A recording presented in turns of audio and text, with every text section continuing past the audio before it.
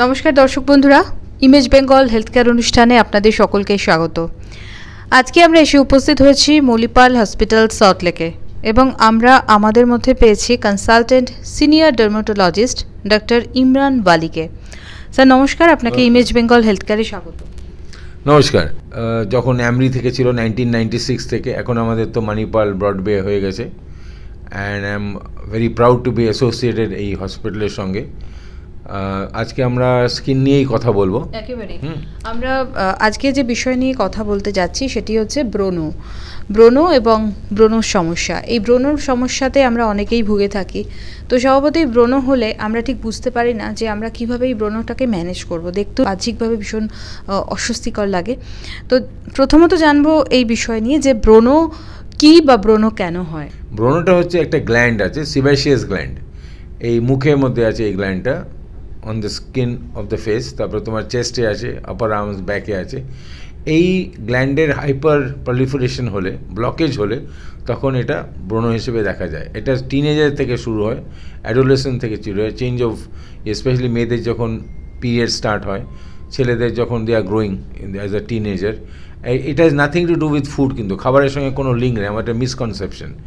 আর এটা যখন হবে, এটাতে প্রবলেমটা কী হয়, পিপল ফিল ভেরি ডিপ্রেস, ওদের লো মোরাল হয়ে যায়, মানে দেখতে খারাপ লাগে, আবার উল্টো পাল্টা জায়গায় যাবে, এখানে দেখবে ওখানে দেখবে। তো আমাদের মেন অ্যাডভাইস হচ্ছে যে প্রপার কনসাল্টিং ডাক্তারের কাছে গিয়ে ব্রণটা সারানো। এটাতে নানা রকম ওষুধ আছে, টপিক্যাল ক্রিমস আছে, ওরাল মেডিসিনস আছে। এটার সঙ্গে যে ব্রণর দাগগুলো আছে, সেই দাগগুলোও আমাদের নানা রকম আমরা পিলিং করি কিংবা লেজার থেরাপি করি, যেগুলোতে অনেক মেটানো যায়। সুতরাং এটাতে প্যানিক করার কিছু নাই, আর এটা ছোঁয়াচে রোগও না। কোনো সমস্যাটা মোটামুটি কোন বয়স থেকে দেখা যায়? টিনেজার বয়স থেকে দেখা যায়, টিনেজার বয়স থেকে, এবং 30, 40, 45 অবধিও দেখা যায়। So there is nothing to be alarmed about. যখন পেশেন্ট আমাদের কাছে আসে, তখন আমরা একটা কথাই বলি, জি have patience, you will be benefiting by the treatment. কেন পেশেন্টদের অধৈর্য হয়ে যায়, বিকজ মুখের মধ্যে আছে, তারপরে পিয়ার প্রেশার হয়, তারপরে মেকআপ প্রচুর লাগায়, মেকআপ প্রচুর লাগালে আবার ব্রণর যে ডাক্টগুলো আছে, সিবাসিয়াস গ্ল্যান্ডের ডাক্টগুলো আছে, ওগুলো বন্ধ হয়ে যায়।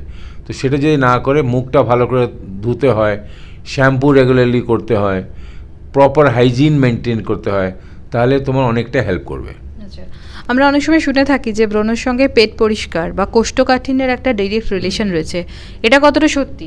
না, এটাতে কোনো বেসিস নেই, কিন্তু কোনো সায়েন্টিফিক বেসিস নেই যে পেট পরিষ্কার কিংবা, কেন এটা একটা হরমোনাল চেঞ্জে হয়, ঠিক আছে, স্ট্রেস লেভেল বা হরমোনাল চেঞ্জেসে হয়, তারপরে তোমার জেনেটিক কিছুটা আছে, বাট পেট পরিষ্কার এর সঙ্গে এটার কোনো লিঙ্ক নেই। তাহলে যখন প্রথম ব্রণ হবে তখন আমরা কি করব, বা আমাদের স্কিনের হাইজিনটাকে আমরা ডেলি কিভাবে পরিষ্কার রাখবো?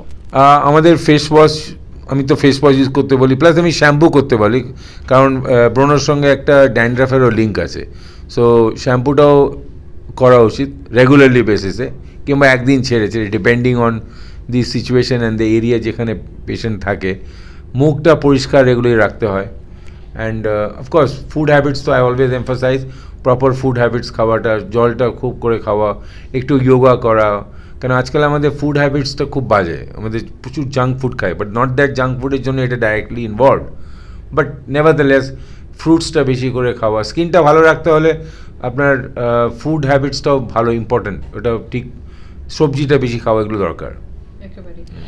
যারা কিছু প্রফেশন আছে যেগুলোর সাথে প্রত্যেক দিন তাদেরকে মেকআপ করতে হয়, তাদের যদি ব্রণ হয় তারা কিভাবে মেনটেন করবে? আচ্ছা, ভেরি গুড কোয়েশ্চেন। যারা স্পেশালি যারা ধরো টিভিতে প্রেজেন্টার্স আছে, যারা ভাবো এয়ারলাইন্সে আছে, অনেক জায়গায় আছে, রাইট, আজকাল তো মেয়েরা প্রচুর বাইরে কাজ করে, তো ওদেরকে এমন মেকআপ লাগাতে হবে যেটা তোমার নন কমিডোজেনিক, যেটা কমিডন ওটা ইনিশিয়েট করে না, এটা 1 নম্বর। 2 নম্বর হচ্ছে ওই ফেস ওয়াশ অনেক আছে যেগুলো মার্কেটে মেডিকেটেড ফেস ওয়াশ, যেগুলো ক্লিন রাখতে হবে। কিছুটা তো হরমোনাল আছে, ওটা তো তুমি বন্ধ করতে পারবে না। বাট হ্যাঁ, আরেকটা কথা, যখন ব্রণ হয় মানুষের হ্যাবিট হচ্ছে ওটাকে টিপে টিপে বার করে দেয়। ওইটাতে কী হয়, ওটাতে কিন্তু অনেক স্কার মার্কস হয়, তো সেটা যেন না করে। কিন্তু প্রথম কথা হচ্ছে, যখনই কোনো ব্রণ হয় কিংবা অমনি কিছু হবে, nothing to be alarmed, to go to see the particular consultant dermatologist, তাতেই তোমার প্রবলেমটা কিন্তু 50-60% সলভ হয়ে যায়। একেবারে।